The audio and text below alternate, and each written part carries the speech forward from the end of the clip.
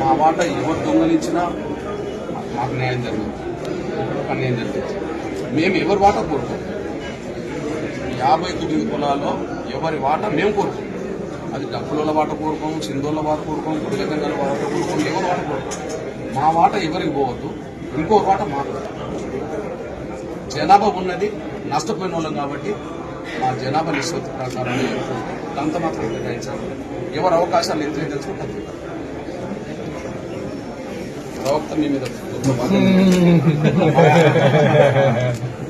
అందరికి రాదు అవకాశం. చరిత్రకి వెళ్ళి చూస్తే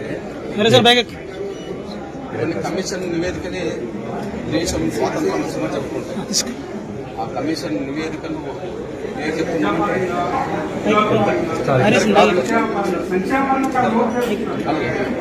ఎవరి అవకాశం మేము అవకాశం ఇతరులకు నష్టం.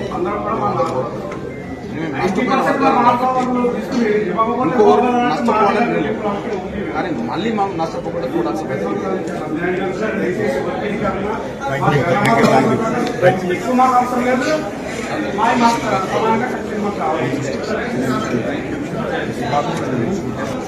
విద్యాపరంగా, ఉద్యోగపరంగా, సంక్షేమపరంగా చాలా నోటు తెరుస్తున్నారు.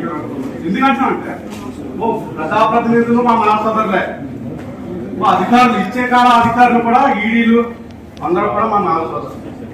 90% మా సోదరులు తీసుకుని ఇవ్వకపోతే బాగోదన్నట్టు మా అధికారులు రిలీఫ్ వాళ్ళకి పంపిరండి. ఈ 30 సంవత్సరాలు చాలా అన్యాయం జరుగుతుంది. దయచేసి వర్గీకరణ మా జనాభా తమాషా ప్రకారం ఒకటి ఎక్కువ మాకు అవసరం లేదు, మాకు సమానంగా ఖచ్చితంగా మాకు కావాలి.